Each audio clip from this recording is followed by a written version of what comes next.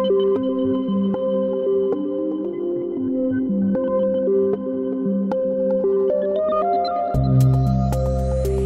is 6 Minutes, the seriously international daily newscast.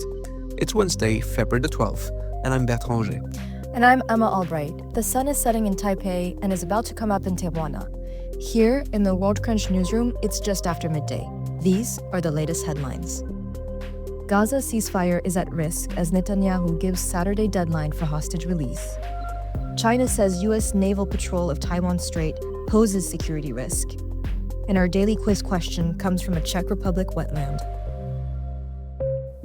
Our top story today is the growing fear that the war in Gaza could resume after Israel's Security Cabinet supported U.S. President Donald Trump's demand for all remaining hostages to be returned by Saturday. Israeli Prime Minister Benjamin Netanyahu said he had ordered troops to amass inside and around Gaza in response to Hamas's announcement that it was postponing the release of more hostages until further notice. Meanwhile, Trump pressed Jordan's King Abdullah to take in Palestinians who would be permanently displaced under the president's plan for the U.S. to take over Gaza. After the White House meeting, the king said his country remained firmly opposed to the move. One person was killed and 4 more injured in a Russian missile attack on Ukraine's capital overnight. The attack on Kyiv comes after Ukrainian President Volodymyr Zelensky suggested Ukraine would be prepared to swap land with Russia in potential peace negotiations. China's military has accused the United States of engaging in risky behavior in the Taiwan Strait after 2 U.S. naval ships transited the international waterway.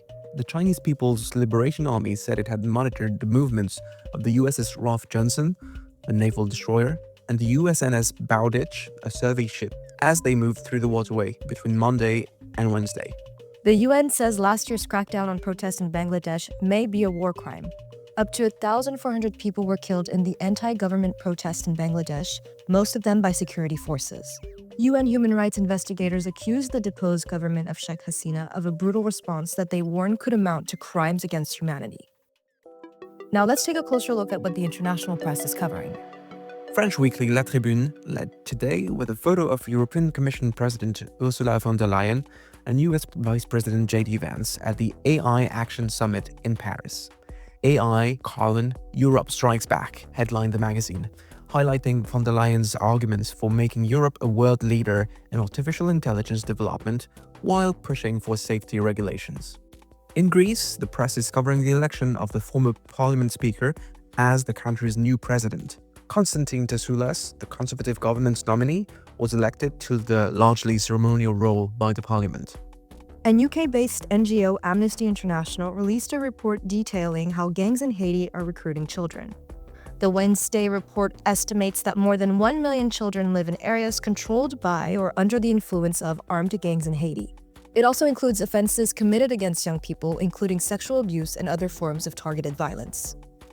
We have a piece today from Egypt-based Al Manassa about the state of the 1979 peace agreement between Egypt and Israel in light of plans for Gaza. Bertrand, break down the story for us. Mohammed Saad Abdelhafiz writes for Al Manassa that the peace treaty negotiated at Camp David is as close to falling apart as it's ever been.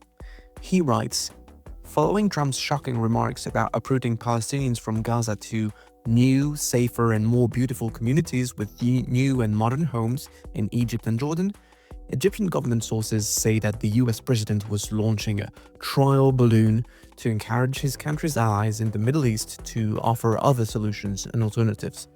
Trump has also been hoping to reactivate the Abraham Accords, seeing a deal between Israel and Saudi Arabia as the key to regional stability.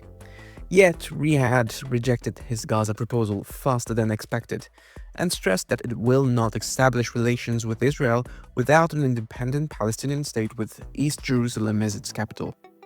Now, Cairo is working to form a unified Arab position to counter plans of the United States and Israel, which do not only target Palestinian rights, but are also likely to undermine the stability of the regional countries, most notably Egypt, Jordan, and Saudi Arabia. We have a piece from Lebanese outlet Jarraj that discusses why the last 2 years have seen more stories in the Arab world about sexuality and gender than ever before. Films like Tea with Adonis and Shame have made the last 2 years the most productive for queer Arab representation in film since the 90s, when such movies first appeared. And from Spanish magazine La Marea, there's a piece about invasive crayfish in Spain. Fishermen say that the American crayfish, introduced in the 70s, invaded and overtook the Iberian crayfish that was native. But scientists say the Iberian crayfish was an immigrant too, just one that came much earlier.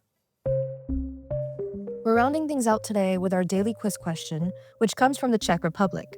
What is responsible for an unusual wetland that was recently created in the Czech Republic?